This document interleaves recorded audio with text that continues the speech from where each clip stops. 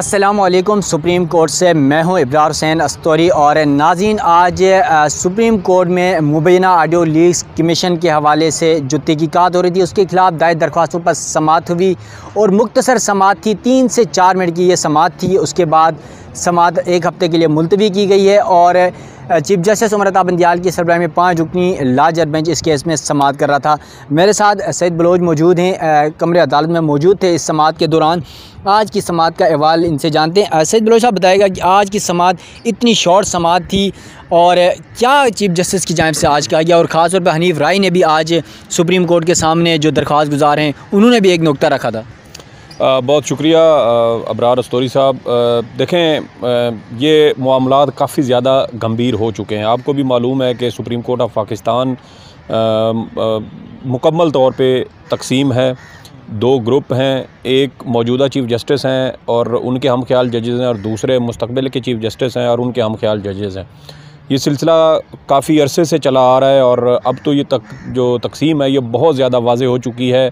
जो बेंचेस बन रहे हैं वो भी सुप्रीम कोर्ट में अपनी अक्सरियत ज़ाहिर करने के लिए हैं, ताकि एक पैगाम दिया जाए कि जो जज हैं या जो चीफ़ जस्टिस हैं मौजूदा वो अक्सरियत में हैं और मुस्तकबिल के चीफ़ जस्टिस यानी जस्टिस काजी फ़ायज़ ईसा वो अक़लियत में है और उनके हम ख्याल जजेस भी अक़लियत में हैं। तो ये सिलसिला तो चला आ रहा था, लेकिन फिर कुछ डेवलपमेंट्स आज और कल में ऐसी हुई कि जिसकी वजह से मैं समझता हूँ कि ये समाअत आज इंतहाई मुख्तसर रही। उसकी एक वजह तो ये है कि हुकूमत की जानिब से इसमें जो ऑडियो लीक्स कमीशन है उसमें अपना जवाब जमा करवाया गया। फिर इसमें जो इंक्वायरी कमीशन है जिसकी सरबराही जस्टिस काजी फ़ायज़ ईसा कर रहे हैं और chief justice Balochistan high court और chief justice Islamabad high court इस इंक्वायरी कमीशन के मेंबर हैं। डिप्टी रजिस्ट्रार हैं बलूचिस्तान हाई कोर्ट के हफीज़ुल्लाह खजक, वो इस इंक्वायरी कमीशन के सेक्रेटरी हैं, ग़ालिबन ग्रेड 19 के ऑफ़िसर हैं। और आज उनकी जानिब से एक जवाब सुप्रीम कोर्ट ऑफ पाकिस्तान में जमा करवाया गया। इसी केस से मुंसलिक है चूँकि, और इसी में ये जवाब जमा करवाया गया। वो जवाब काफ़ी उसमें सख्त ज़बान जो है वो इस्तेमाल की गई है। सख्त ज़बान इस सेंस में कहूँगा कि जो जवाब है वो इंक्वायरी कमीशन के सेक्रेटरी की जानिब से जमा करवाया गया है। और सेक्रेटरी, जैसा कि मैंने आपको बताया, डिप्टी सेक्रेटरी रजिस्ट्रार हैं, ग़ालिबन ग्रेड 19, 18 या 19 उनका जो है वो स्केल है और उनकी जानिब से ये जवाब जमा करवाया गया है। तो ये बात अख़ज़ करना कोई ज़्यादा मुश्किल नहीं है कि ये तमाम नुकात जिसका भी हम जिक्र भी करेंगे इसमें, वो तमाम नुकात उस ग्रेड 18 या 19 के सरकारी अफसर के नहीं हैं। उसके पीछे बड़ा एक मुनज़्ज़म किस्म की सोच है, मुनज़्ज़म किस्म की बड़ी मुशावरत और बड़े अहम और बड़े बारीक किस्म के कानूनी नुकात जो हैं वो उठाए गए हैं, जो एक आम बंदा यकीनी तौर पे इस तरह के नुकात अदालत में नहीं उठा सकता। और मेरी जो दानिस्त है, ये जो मेरी एक ऑब्ज़र्वेशन है वो ये है कि ये जो जवाब इंक्वायरी कमीशन के सेक्रेटरी की जानिब से जमा करवाया गया है, मुमकिन तौर पर इंक्वायरी कमीशन के सरबराह जस्टिस काजी फ़ायज़ ईसा की जानिब से ही वो जवाब ड्राफ्ट किया गया है। जस्टिस काजी फ़ायज़ ईसा का जो फ़ैसले होते हैं या उनके कोई इख्तलाफ राय हो, उनकी ऑब्ज़र्वेशंस हों, अदालत के अंदर उनके रिमार्क्स हों, वो चूँकि हम कवर करते रहते हैं तो हमें किसी भी जज की जो राइटिंग स्टाइल होता है, जो उसकी लैंग्वेज होती है, उसके आर्डर की, उसके फ़ैसले की, वो हमें समझ आ जाती है कि ये फ़लाँ जज की है। तो मैं ये समझता हूँ कि ये जो जवाब जमा करवाया गया है, तहरीरी जवाब ग़ालिबन 26 सफ़ात पर ये मुश्तमिल है, वो उसकी लैंग्वेज जो है वो जस्टिस काजी फ़ायज़ ईसा के अंदाज़ में है। और मेरी ऑब्ज़र्वेशन ये है, मुमकिन है गलत भी हो, लेकिन मैं ये समझता हूँ कि ये जवाब जस्टिस काजी फ़ायज़ ईसा की जानिब से ड्राफ्ट किया गया है, जिसको फिर सेक्रेटरी इंक्वायरी कमीशन ने आज सुप्रीम कोर्ट ऑफ पाकिस्तान में जमा करवाया है। अब ये जो जवाब जमा करवाया गया था, इसमें 3 जजेस के ऊपर एतराज़ उठाया गया। उसी तरह जैसे हुकूमत की जानिब से 3 जजेस के ऊपर एतराज़ उठाया गया, उसी तरह इंक्वायरी कमीशन की जानिब से भी 3 जजेस के ऊपर एतराज़ उठाया गया है। और वही 3 जजेस हैं, chief justice of Pakistan, justice Ijazul Hasan और जस्टिस मुनीब अख्तर, और इन्हीं का हवाला दिया गया है। अब हुकूमत की जानिब से जो जवाब जमा कराया गया था और जो जस्टिस काजी फ़ायज़ ईसा की जानिब से जवाब जमा कराया गया है, ये काफ़ी ज़्यादा ममासलत रखते हैं। ममासलत किस बुनियाद पर रखते हैं कि चीफ़ जस्टिस के हवाले से कल वफाकी हुकूमत ने कहा कि उनकी सास की चूँकि ऑडियो इसमें मौजूद है इसलिए वो इस बेंच में ना बैठें। आज इंक्वायरी कमीशन ने भी यही कहा कि चीफ़ जस्टिस की सास का मामला इंक्वायरी कमीशन के सामने है, तो चीफ़ जस्टिस को ये मुनासिब नहीं है उनके लिए, या उनका जो ज़ाब्ता अखलाक है या जो उनका हलफ है वो इनको इस बात का पाबंद करता है कि वो अपने ज़ाती मफाद को बलाए ताक रखेंगे। और चूँकि चीफ़ जस्टिस की सास उनकी क्लोज़ फैमिली में आती हैं तो उनकी ऑडियो मौजूद है, इसलिए वो इस बेंच में ना बैठें। फिर दूसरे हैं जस्टिस एजाज़ुल हसन। जस्टिस एजाज़ुल हसन की जानिब से बड़ी अजीब व गरीब किस्म की एक जो तौजीह है, जो वजह है, वो गुज़श्ता रोज़ वफाकी हुकूमत की जानिब से पेश की गई। अब वफाकी हुकूमत की जानिब से अपने जवाब में ये कहा गया था कि जस्टिस एजाज़ुल हसन चूँकि उस 2 रुकनी बेंच का हिस्सा थे जो साबिक CCPO लाहौर ग़ुलाम महमूद डोगर की समात दरख्वास्त पर समात कर रहा था, और जस्टिस का एजाज़ुल हसन के साथ उस बेंच में दूसरे जज जस्टिस मज़ाहिर अली अकबर नकवी हैं। और जस्टिस मज़ाहिर नकवी की चूँकि ऑडियो भी इंक्वायरी कमीशन के सामने है, उसकी तहकीकात के लिए मौजूद है, तो इसलिए जस्टिस एजाज़ुल हसन सिर्फ़ इस बुनियाद पर इस बेंच में केस सुनने से माजरत कर लें या इनकार कर दें। क्यों? क्योंकि वो ग़ुलाम महमूद डोगर केस में जस्टिस मज़ाहिर नकवी के साथ थे और मुबैना ऑडियो के अंदर उसी केस का ज़िक्र किया गया है। अब तीसरे जो जज हैं, अब जो जस्टिस ये जो इंक्वायरी कमीशन की जानिब से जो जवाब जमा करवाया गया उसमें भी यही हवाला दिया गया जस्टिस एजाज़ुल हसन के हवाले से कि ये इनके हवाले से एक ऑडियो में ज़िक्र है जिस केस का ये उस केस में फ़रीक थे, उस केस के अंदर ये सरबराही कर रहे थे बेंच की, इस वजह से ये ना बने। फिर तीसरे हैं जस्टिस मुनीब अख्तर, और जस्टिस मुनीब अख्तर के हवाले से गुज़श्ता रोज़ हुकूमत ने भी यही कहा कि एक ऑडियो में इनका भी ज़िक्र है, और आज इंक्वायरी कमीशन ने भी यही कहा कि एक ऑडियो के अंदर इनका ज़िक्र है, इसलिए ये इस बेंच के अंदर ना बैठे। तो ये 3 बुनियादी वजूहात थी जो इन 3 जजेज़ के ख़िलाफ़ गुज़श्ता रोज़ हुकूमत की जानिब से उठाई गई, और आज वही 3 वजूहात इंक्वायरी कमीशन की जानिब से उठा दी गई हैं। लेकिन यहाँ पे एक अहम सवाल ये पैदा होता है कि माजी करीब में फरवरी का महीना था, आपको याद होगा 27 फरवरी को जस्टिस काजी फ़ाइज़ ईसा की जानिब से एक बड़ा सख्त आर्डर रजिस्ट्रार सुप्रीम कोर्ट के ख़िलाफ़ जारी किया गया था, और रजिस्ट्रार सुप्रीम कोर्ट जो है वो जो सेक्रेटरी हैं इंक्वायरी कमीशन के, उससे जो उनका एक रैंक बनता है, सरकारी स्केल है, वो उससे बहुत ऊपर के रैंक पे हैं। रजिस्ट्रार सुप्रीम कोर्ट 22वें स्केल के ऑफिसर हैं। इनको जो सेक्रेटरी हैं इंक्वायरी कमीशन के वो गालबन 18 या 19 स्केल के हैं।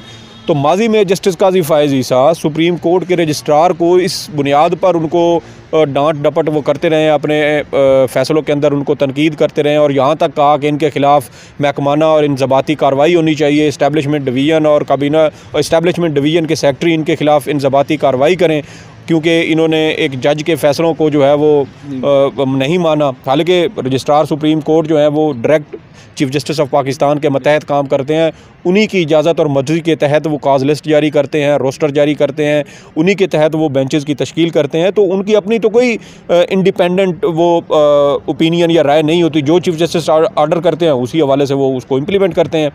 तो अब देखना ये है कि जो सेक्रेटरी हैं इंक्वायरी कमीशन के, उन्होंने इस तरह का सख्त जवाब कैसे जो है वो सुप्रीम कोर्ट में जमा करवाया है कि वो चीफ़ जस्टिस पाकिस्तान और सुप्रीम कोर्ट के दीगर 2 जजेस वो भी मुस्तकबिल के चीफ़ जस्टिस साहिबान हैं। जस्टिस काजी फ़ाइज़ ईसा के बाद justice Ijazul Hasan chief justice Pakistan बनेंगे, और जस्टिस मंसूर अली शाह के बाद जस्टिस एजाज़ुल हसन के बाद जस्टिस मंसूर अली शाह ने बनना है चीफ़ जस्टिस पाकिस्तान, और उसके बाद फिर जस्टिस मुनीब अख्तर की बारी आएगी। और इन 3 एक मौजूदा और 2 फ्यूचर के चीफ़ जस्टिस साहिबान के बारे में जिस तरीके से उन्होंने सख्त ज़बान इस्तेमाल की है, यकीनन ये काफ़ी अजीब व गरीब किस्म की सूरत हाल है। और आपको याद होगा कि आज जब केस की समाअत हो रही थी तो चीफ़ जस्टिस पाकिस्तान की जानिब से भी यही कहा गया कि जब किसी हाज़िर सर्विस जज के बारे में कोई इस तरह की सख्त ज़बान इस्तेमाल की जाती है तो रजिस्ट्रार ऑफिस उस जवाब को या उस दरख्वास्त को वो इंटरटेन बज़ाहिर नहीं करते।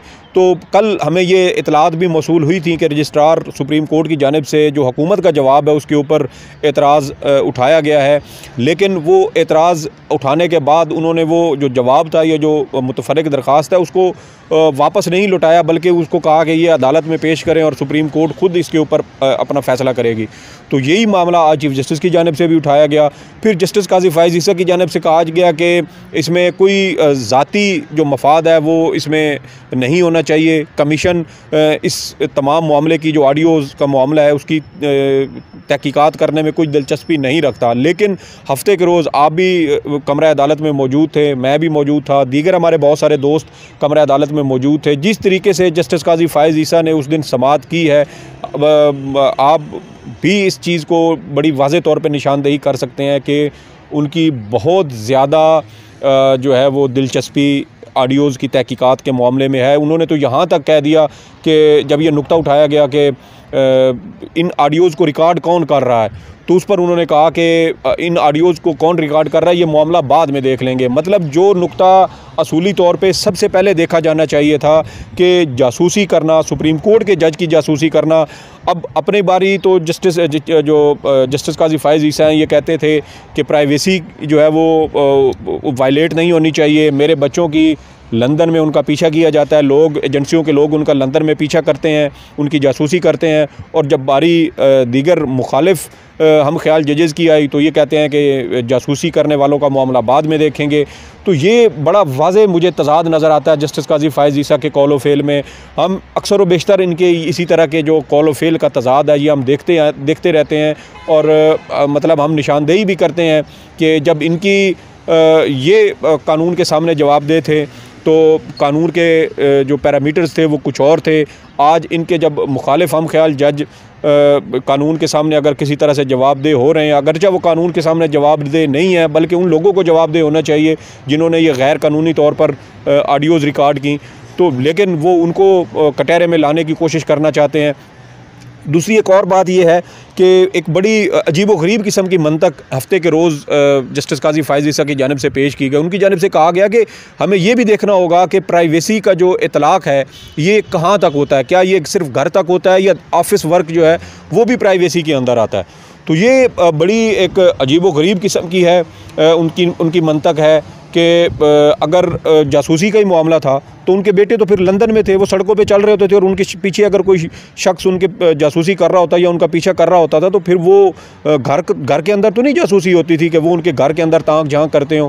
अब यहाँ पे जब मामला आया है तो आप कह रहे हैं कि ये हमें पहले ये तय करना चाहिए कि जासूसी से क्या सिर्फ घर के अंदर तक होनी चाहिए या उसके अंदर ऑफिस वर्क भी शामिल हो जाता है। मतलब एक ये है कि अगर एक जज अपने कमरे में बैठ के कहीं किसी के साथ गुफ्तगू कर रहा हो तो ये कह रहे हैं कि एजेंसियों को ये इजाज़त होनी चाहिए कि वो उस जज की जासूसी कर लें।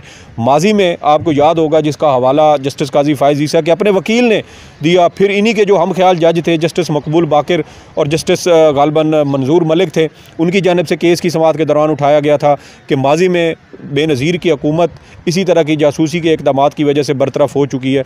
तो मुझे ये समझ नहीं आती कि उस वक्त जो जजेज़ की जासूसी हुई थी, मुमकिन यकीनी तौर पर सुप्रीम कोर्ट के अंदर कुछ ऐसी डिवाइसेस थी जिसकी बुनियाद पर जजेज़ की जासूसी हुई थी, तो ये भी तो फिर ऑफिस वर्क में आता था, फिर वो हुकूमत किस बुनियाद पर बरतरफ की गई थी। तो ये काफ़ी सारी चीज़ें हैं जो जस्टिस काजी फ़ाइज़ ईसा के कौल और उनके फ़ेल के से मुतज़ाद हैं। और मुझे ये नाज़र वाज़े तौर पे मैं ये कहूँगा कि मुझे जस्टिस काजी फ़ाइज़ ईसा के जो अब तक के इक़दामात हैं मुबैना ऑडियो लीक्स की तहकीकात के हवाले से वो इंतहाई तासुब पर मबनी है और वो अपने मुखालिफ जजेज़ जिसमें chief justice Pakistan justice Ijazul Hasan, justice Munib Akhtar और जस्टिस मज़ाहिर नकवी, ये इनके ख़िलाफ़ वो शदीद किस्म का तासुब और कीना रखते हैं और उनकी ये पूरी कोशिश है कि मैं किसी तरीके से इन जजेज़ के ख़िलाफ़ कार्रवाई करूँ और इनके ख़िलाफ़ कुछ ऑब्जर्वेशंस दूँ। अब देखें, जब साबिक़ चीफ़ जस्टिस साकिब निसार की ऑडियो आई थी, आवाज़ उन्हीं की थी। ये जब फोरेंसिक हुआ तो कहा गया कि जी हाँ जी ये उन्हीं की आवाज़ है, लेकिन 1 से 2 घंटे के अंदर अंदर उनकी वो तमाम पिछली तकारीर निकाल के लोग सामने लेके आए कि ये जुमला यहाँ से उठाया गया, ये जुमला, ये लफ्ज़ यहाँ से उठाया गया। वो फ़ौरन उसका ऑपरेशन होगा, पोस्टमार्टम हुआ और हर चीज़ जो है वो एक्सपोज होगी। आवाज़ उन्हीं की थी, लेकिन मुख्तलिफ तकारीर से वो एक 2 अल्फाज उठा के, जुमले उठा के आपने एक स्कैंडलाइज करने के लिए एक ऑडियो बना दी। तो क्या ये नहीं हो सकता कि ये जो ऑडियोज़ हैं ये भी इसी तरीके से जोड़ के बनाई गई हों और उससे मकसद सिर्फ जजेज़ को स्कैंडलाइज करना, बदनाम करना, उनकी तज़हीक करना और आवाम के अंदर उनकी जो रेपुटेशन है उसको डैमेज करना हो? तो ये कौन इस चीज़ को देखेगा? अब आज देखें कि इस्लामाबाद हाई कोर्ट के जस्टिस बाबर सत्तार ने बड़ा ज़बरदस्त इसके ऊपर जो है वो ऑब्जर्वेशंस दी और वफाकी हुकूमत से जवाब तलब किया। उन्होंने पहले नुक्ता यही उठाया कि पहले बताया जाए कि ये ऑडियोज़ रिकॉर्ड कौन कर रहा है। तो जो काम गैर कानूनी है उसको आप साइड पर रख के ये कहें कि जी इस गैर कानूनी कानूनी काम की बुनियाद पे जो बंदा डैमेज हो रहा है नहीं पहले वो जवाबदेह हो, तो ये इंतहाई गलत है। जस्टिस काजी फ़ाइज़ ईसा मुकम्मल तौर पे तासुब का मुज़ाहरा कर रहे हैं। वो शायद इंतकाम लेना चाहते हैं कि जब उनके ख़िलाफ़ रेफरेंस चल रहा था तो उनकी बीवी और बच्चे बेटी कमरा अदालत में पेश होते थे, अगरचा उस वक्त भी सुप्रीम कोर्ट के उस फुल कोर्ट बेंच ने उनको नहीं बुलाया था, बल्कि जस्टिस काजी फ़ाइज़ ईसा की अहलिया ने ख़ुद सुप्रीम कोर्ट से रब्ता किया था और इस्तदा की थी कि चूँकि केस के अंदर बार बार उनका जिक्र आ रहा है तो इसलिए वो भी अपना मौक़िफ़ पेश करनी चाहती हैं।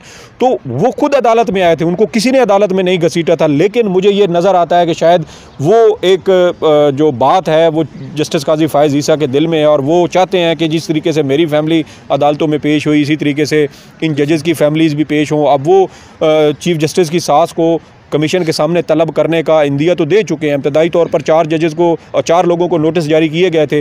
जो दीगर अफराद हैं उनमें उनकी अहलिया चीफ़ जस्टिस की सास भी शामिल है, तो यकीनी तौर पे उनको भी नोटिस जारी किया जाता और उनको भी कहा जाता कि आप भी कमीशन के सामने आएँ और पेश हों। तो जो मसला है वो बुनियादी तौर पर यही है कि चीफ़ जस्टिस काजी फ़ाइज़ ईसा ने इस मामले को अपनी अना का मसला बनाया हुआ है। वो अपनी अना की तस्कीन करना चाहते हैं और यही चाहते हैं कि किसी तरीके से इन जजेस की जो अहल खाना है वो भी अदालतों में आएँ, वो भी मेरे सामने पेश हों और मैं उनसे उसी तरह से सख्त सवाल करूं जिस तरह उनके साथ। हालांकि उनके ऊपर इल्ज़ामात जो हैं वो करप्शन के भी थे, ठीक है, फिर पैसा बाहर कैसे गया वो मनी ट्रेल भी मांग रहे थे। तो ये सारे मामलात और थे, ये मामला और है। ये जो नुक्ता आगाज़ है इस सारे का वही गैर कानूनी काम से हो रहा है, तो फिर आगे जो काम होंगे वो फिर वो जायज़ तो करार नहीं दिए जा सकते। पहला लुकमा ही अगर हराम का हो, आप बच्चे को खिला दें, तो फिर उसके बाद उसके जो बाकी आप वो खिलाते रहे तो वो जो खुराक उसके पेट में जा रही है वो तो फिर हराम की रहेगी। तो मेरे ख़्याल में कुछ चीज़ें हैं जो आने वाले दिनों में मज़ीद वाज़ेह होंगी और शायद इसी बुनियाद पे आज चीफ़ जस्टिस की जानिब से ये केस की जो समाअत है वो बहुत जल्दी उसको अगले हफ़्ते के लिए मौखर किया गया। जी नाज़रीन, सैयद बलोच साहब ने आपके सामने बातें रखी कि आज की समाअत में क्या हुआ और इसमें वफाक और काजी फ़ाइज़ ईसा की जानिब से जो कमीशन था उसकी जानिब से जो जवाब जमा कराए वो तमाम मामलात आपके सामने रखे। इब्रार हुसैन अस्तूरी को दीजिएगा इजाज़त। अल्लाह हाफ़िज़।